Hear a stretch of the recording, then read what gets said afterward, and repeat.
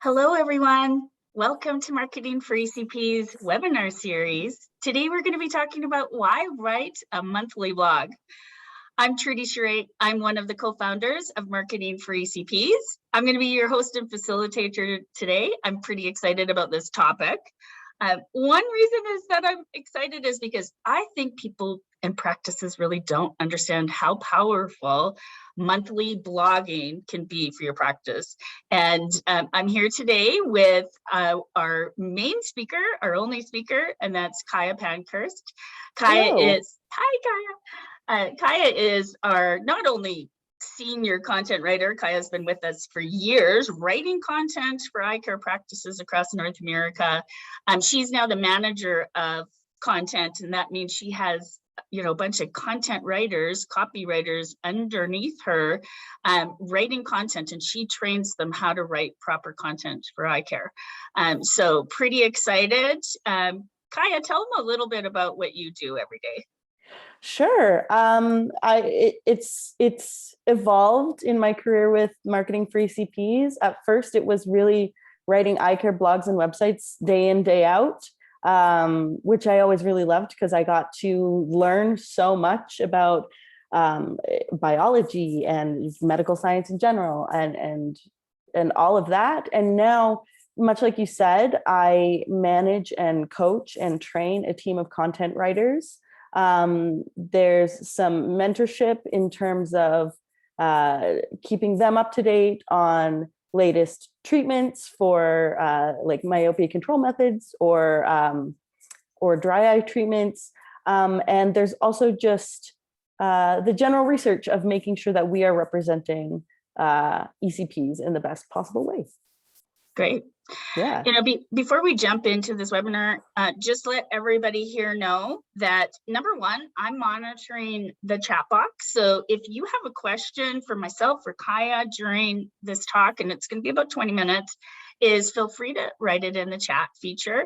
And I'll try to monitor it along with the webinar content. But if we get to the end and we haven't answered your question, we'll definitely do it then. There is also recording. So if you arrive late or you need to leave early, this recording will be available on our website with a lot of our other topics that are already there. So take advantage of those. So let's dive in. One of the things that I want to do is chat about what the topics are today. We're going to talk about kind of 5 areas of why write a monthly blog. So we're going to talk about the building the trust and the industry expertise. We're going to talk about keyword searches and rankings. And don't worry, Kai's going to get into every one of these. We're going to talk about highlighting new products and treatments and technology. It's such a great way to talk about what you're doing in your practice. We're going to talk about creating shareable assets. We'll get into what that means. It talks about don't just write a blog, make sure people see it and hear about it and all the different ways you can get it out there. And then the 5th one, we're going to talk about adding valuable activity to your website and why that is so important, from everything from a Google perspective to, why just continue to build this more robust engine, which is your website. I want to just tell you right now, stay tuned to the end because we have a pretty exciting giveaway all about blogging that's completely free, and we'll go through that at the end. So let's get into it. So Kaya, tell us, we're going to start with the number 1, building trust and industry expertise. What does that have to do with blogging?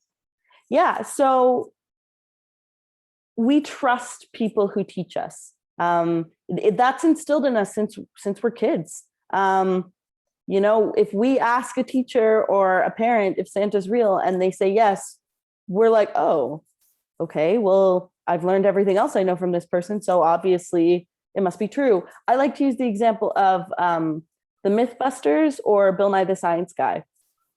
I know very little about their actual academic background, but I know they've taught me a lot of things, and so I trust them. We are hardwired to trust people that empower us with knowledge. And the other thing is, we as consumers are very well aware that nothing comes for free. At this point, nothing is truly free. So anytime we can provide value without asking for anything, you're going to build more goodwill. They are hyper aware, consumers are hyper aware that everyone wants something from them. If they can go through this information about potential treatments for dry eye or how dry eye could be linked to menopause without trying to sell them something every paragraph, they're just going to be relieved. And they're going to be like, these people obviously know what they're talking about. This is a good place to start for my treatment. The other thing is proving expertise helps your rankings. I don't remember off the top of my head what year it was, but one Google algorithmic update was called the Medic Update. And they really cracked down on unqualified people making health claims, among other things. So people claiming that, for example, certain substances like oils could do things that there wasn't enough science to support that. So now Google is looking for proof that anyone making any kind of health claim knows what they're talking about. Blogging and linking to credible resources helps demonstrate your expertise. Google is more likely to trust you, and that can improve your rankings. Yeah. Do you know, we show practices every single day when we're doing consultations and audits and showing them where they can improve their marketing. We go back to the fact that what we need to do, and we're Google Premier Partner, so we not only understand why Google will rank different websites, but we know that we need to help practices really grow their expertise. And how do we do that? We do it through content. We do it through great content on their website, great articles, great blogs, great pages, similar to the one that we're showing there on IPL for dry eyes. If you're going to grow your presence online, it has to be through great content, right? And that's particularly true for niches. Yes. A medical niche like dry eye or vision therapy or myopia control. Yes. Okay, I know you touched on it in the last slide, but let's really kind of talk about why does it improve keyword searches and rankings? How does that happen? This is something I could talk about for literal hours, so bear with me as I try to really distill it.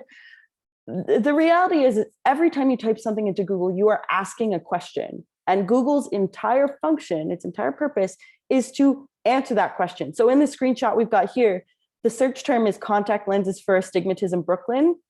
I would say the question that's being asked here is, where can I find contact lenses for astigmatism in Brooklyn? That's a question. Whether it's posed as a question or not, you're asking a question when you type something into Google. Google wants to give the best possible answer. So anytime you can provide a clear, concise, and ideally conversational and or layman-friendly answer, it's going to perform better than something that is either very vague or overly medical. It's an interesting line that we have to walk, but once you crack that code and you're putting out content that clearly answers these questions and answers them directly, there's a good chance that you will see an improvement in your standing on Google. And this is a reiteration, great writer, not a great speaker. This is a reiteration of the point I made on the last slide. Google looks for what we call EAT, expertise, authority, and trustworthiness. So again, this is your opportunity to demonstrate that with, yes, your credentials after your name, but also with well-researched, well-sourced medical content. And finally, more content means more attention. The more information you give people to read, the more time they're going to spend on your website. And blogs allow you to explore topics in detail that you're just breezing over, you're just very quickly touching on your webpage. Because, and is a bit of a rabbit trail, so I'm gonna try not to get too deep into it here. Your service pages should be a clear but relatively general overview so that clients know what services you provide and what they can expect. Your blog is the best place to explore how this treatment works, why you need treatment, how often you need certain types of exams, how certain types of exams differ.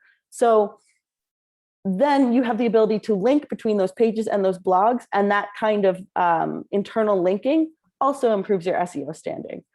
That got a little bit technical, so if you have any questions, feel free to throw them in the chat and I'll do my best to clarify. I know it's hard because we want to keep these webinars short and impactful at 20 minutes, but it's hard to squeeze all this information in. So Kai is absolutely right. Number one is we're going to show you at the end, contact us for more information if you want to learn more in depth about this subject. Just on this note, I want to tell you that we did this exact project ourselves for Marketing for ECPs. So what we did is we wanted to start our blogging and the blogs we were writing to answer the questions that our potential target audience, which is optometrists and opticians and ophthalmology practices, we wanted to answer questions they might be asking on Google about marketing for their practices and digital marketing. And so we started to look at what topics could we write that are going to show up like this. And we literally, research the keywords that they were typing in. So for example, we wrote a great blog on what are the top 10 tips for a great optometry website design. And now when an optometrist was searching for optometry website designs, our blog is showing up over and over again. And so this is a great strategy that we can use for practices as well. And we do it every single day. So let's dive into a little bit of what they should write, Kaya. So what should, this blog be more about? Again, our tagline here is highlight new products, treatments, and technology, but go into a little depth in that. Sure. So if someone is searching, first of all, when we're talking about products, treatments, technology, we have to give the user a reason to care, because otherwise it just reads as a sales pitch to them.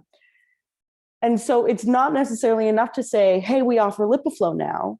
We have to explain how LipiFlow is effective, how it's relatively limited chair time because it's not, the treatments aren't super frequent. Or for example, if we're talking about my sight lenses, we can talk about how they are disposable, which is certainly better for children. We have to make the user care, and giving them the context and the details is a great way to do that. And a blog is the perfect platform for that. And doing this can also help you show up for specific searches. If someone is kind of interested in maybe contact lenses for kids or methods of myopia control for kids, they're already in the what we would call the funnel. They're already in experiencing the buyer's journey because they're already looking for information on something specific. They know they have a need and they're looking for a solution to fill it. So this allows you to collect qualified leads. So if you were to, for example, put a form at the very end, don't put it in the middle, put it at the very, very end, so you're not selling them something, to say if you think your child would benefit from myopia control, or if you're concerned about your dry eye symptoms, contact us, and get them to fill out a form. You now have qualified leads that are actually further along in the buyer's journey than people who just land on your site, possibly more organically. So what if they were typing in a question like, my eyes are red and irritated? How could you write something that is showcasing your new maybe IPL or dry eye technology? How could you write it to answer that question? Yeah, I would do something to the effect of, and there's kind of two ways you can approach it. It's a similar idea, but from different directions. So you could either do 3 new technologies to combat red irritated eyes, or alternatively, you could do something like IPL, love colons in blog titles, the solution for red irritated eyes, ? And then either you can do a listicle style. I would only highlight 3 or however many you're doing treatments that you offer in your practice. Or alternatively, if you really want to do a deep dive into the technology and how it works on like a biological level, I would go into a lot more of the technical details with IPL, like is it right for dry red eyes or something similar, dry irritated red eyes. There's a lot floating around in my brain. I think I said roughly the same title every time, but not quite. So a question just on, writing about products and treatments and technology, like how often should somebody be blogging about products and technology? I mean, the biggest thing is it can't read like a sales pitch. So it depends on how you're writing about it. You can write about it as frequently as you want. Blogs in general, I'd say once a month, ideally at minimum. Once a week would be amazing, but you're busy, totally understand that. You may want to consider getting some help with blogging, which obviously that's something that we offer. But if you are blogging consistently, it's okay to write about the same technology more than once, particularly if you're approaching it differently. So for instance, if you want to talk about IPL, you can do one piece about the indications for dry eye, and depending on how you're using your IPL, you could also do a completely separate piece on the cosmetic applications for it. Obviously, I wouldn't go into detail if that's not how you are using that technology. But talking about the different applications of technology, you can do that. You can do one piece that's similar, that's doing a deep dive into the tech. You can do another piece that's FAQs, which is another kind of talking point that we've got here. You can really make sure the user feels like they understand the technology, and that means they're way more confident in booking an appointment or a consultation before you've even had a chance to talk to them. You've already helped them feel confident in the technology. Great. So I want to ask you a couple more questions about how somebody should start to write a blog. Yeah.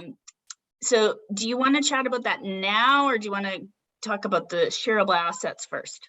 I mean, so shareable assets are just, when we talk about shareable assets, we're talking about anything really that you can post on your social media, particularly things like infographics perform really well, and you can make those pretty easily in Canva.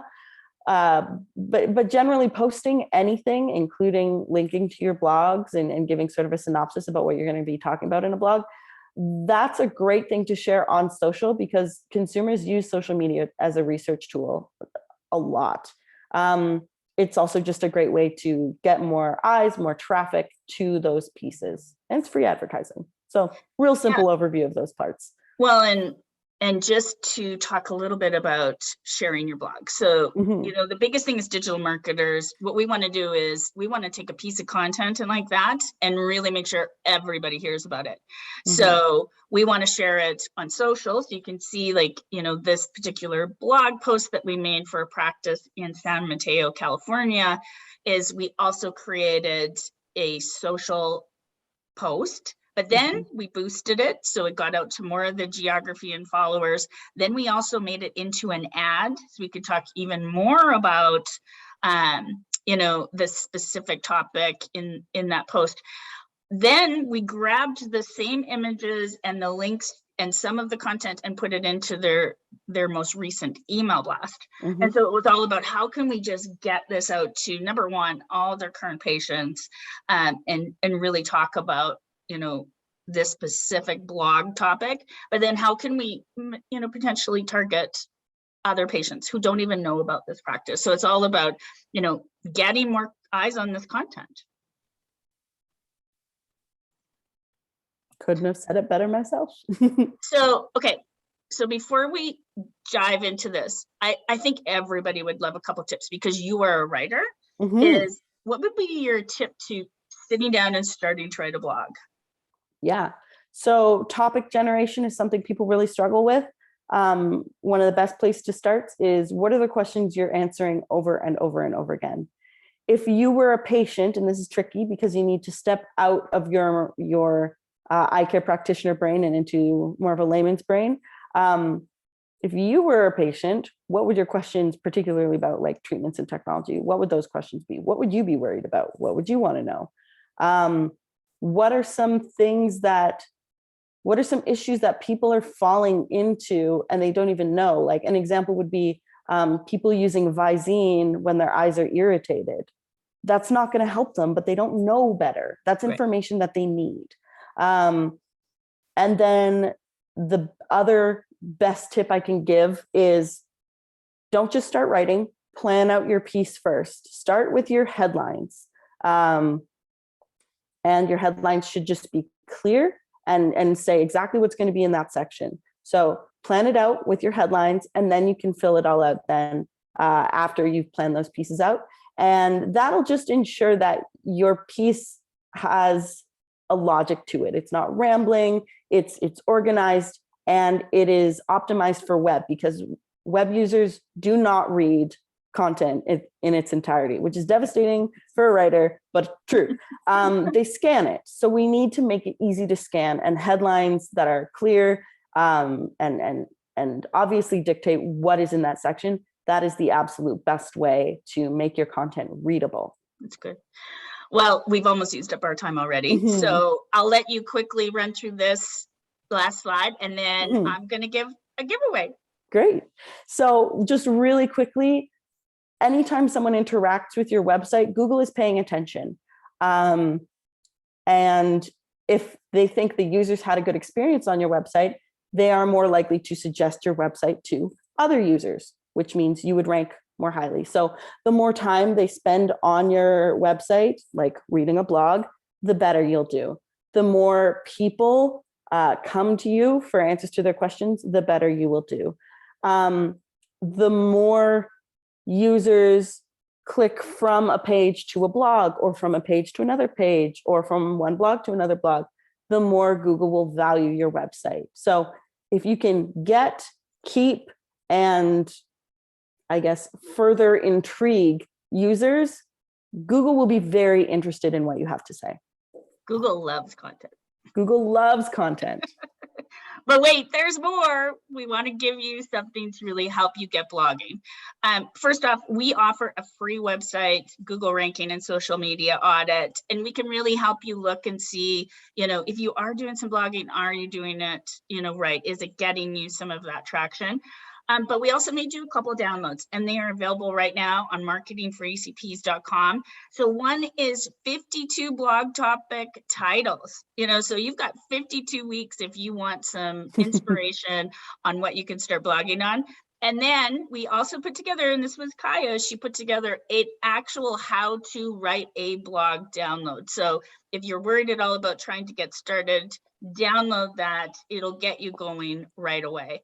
Mm-hmm. I know we ran out of time. I've been monitoring. I don't see any questions in there. So if you have questions, reach out to us, marketingforecps.com. You can reach out to me directly at Trudy@4CPs. I'd love to do a consultation with you if you need any help at all with your marketing. Anyways, thank you so much for attending. We do want to thank Johnson & Johnson, who's the sponsor of our webinars, for sponsoring this one today. And we hope to see you in December when we've got our president, Kevin Wilhelm, talking about what you should do to plan your marketing strategy for 2022. Talk to you soon.